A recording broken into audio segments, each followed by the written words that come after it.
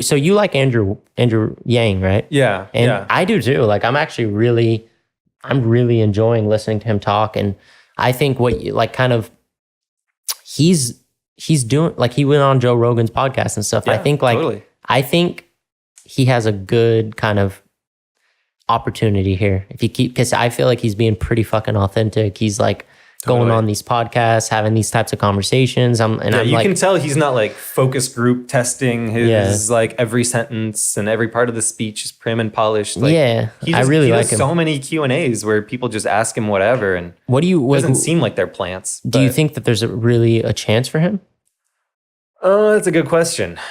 I don't even remember the last like Asian person to run. Right. So he's a first. So we'll see how that goes. And it could work in his favor. It could not. We'll see. Yeah. But he definitely is the person with his finger on the pulse, not of how people are how people are feeling, but what the actual problems are. Yeah, like Donald Trump, one of the reasons I think he's racist is, he sees the problems that were generated from NAFTA, but he's blaming the immigrants. And it's like, how are you getting one from the other? I don't see that. It seems like you're just kind of picking something to like scapegoat. Whereas Andrew Yang has actually looked at it and been like, oh, it was from NAFTA. It's because all your jobs are gone. And so you were desperate for anybody to say something about your job being, exported to Mexico or wherever. Yeah.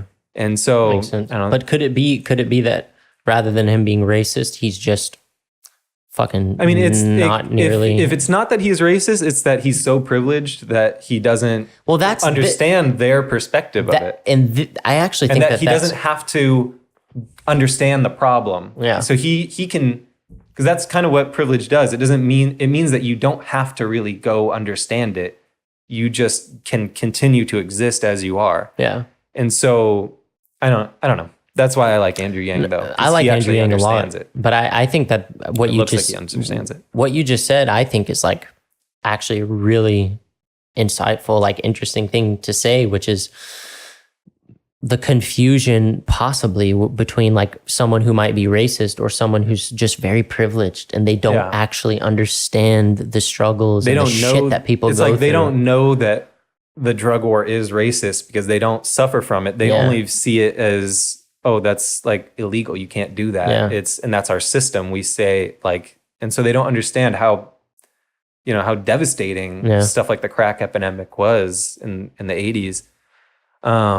So, that's just what privilege does. It insulates you from consequences. What are your thoughts on, you said it a second ago, like Jordan Peterson, people talking about like the whole privilege doesn't exist, which I don't know that Jordan. Yeah, I don't know. I think that was like a little. I know what you mean. But what are your thoughts on that? Like the idea of it's completely take full ownership, like what Jocko Willink says. You're completely responsible. Like, like what are your thoughts on kind of privilege and taking ownership how much can we blame the economy and the shit that we might go through? Totally. I mean, like one thing that I say, and I was thinking about this earlier, is this innate, we kind of touched on a little bit, but this inclination that people have to kind of fall into the victim mentality.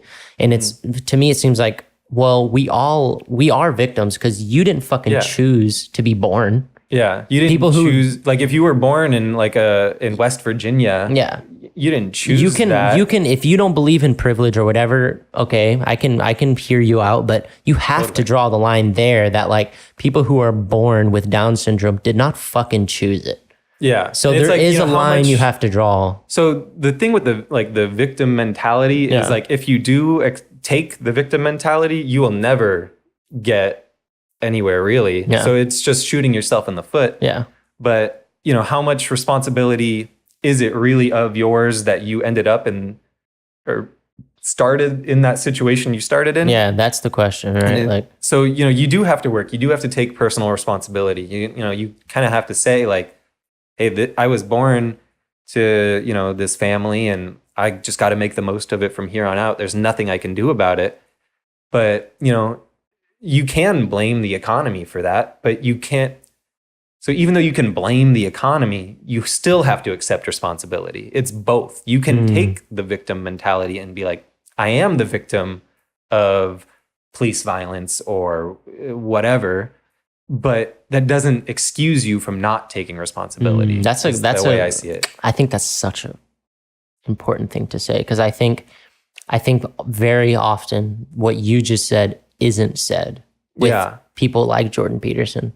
It almost feels like sometimes, and Jocko Willink, David Goggins. I don't want to like call them out or like say anything. I love them all. I'm not calling of them out course. either. I think they're all fantastic, and they're very important to listen to about stuff like this. But I think that is a blind spot of theirs. It is. I mean, that's just very super. Like that's just a very kind of. It almost seems obvious. But it needs to be said. The way I view it is like, if we're all human. Like if you're having an emotion, you didn't choose to have that emotion. That emotion is valid. Yeah. It's fine that you're having that. It's what you choose to do with it. If you choose to sulk in your victim mentality, then you're not going to get anywhere. And it's kind of your own fault. I mean, it's the fault of the economy. You can keep saying that, but what is that going to do for you? There are people in your situation who did more with less. So, you can blame it, but you do have to be like, all right, well, I'm going to get online and I'm going to learn to code, or I'm going to learn math, and then I'm going to go back to school and I'm going to save up. And, even if I got to take care of my family, and even if I got to do this, I'm still going to find a way to live the life I want to live and live the best life I can. Yeah. Yeah, no, I agree with you. I think that's just the thing to say is, I think it's very easy to feel like you're either being told that you're a victim and you're completely helpless and there's nothing you can do, or you're told. It's like it's accepting the reality of the situation as it is, but then not making it worse for yourself. Actually doing something about it. Yeah. I'm going to just quickly pause this. I got to piss.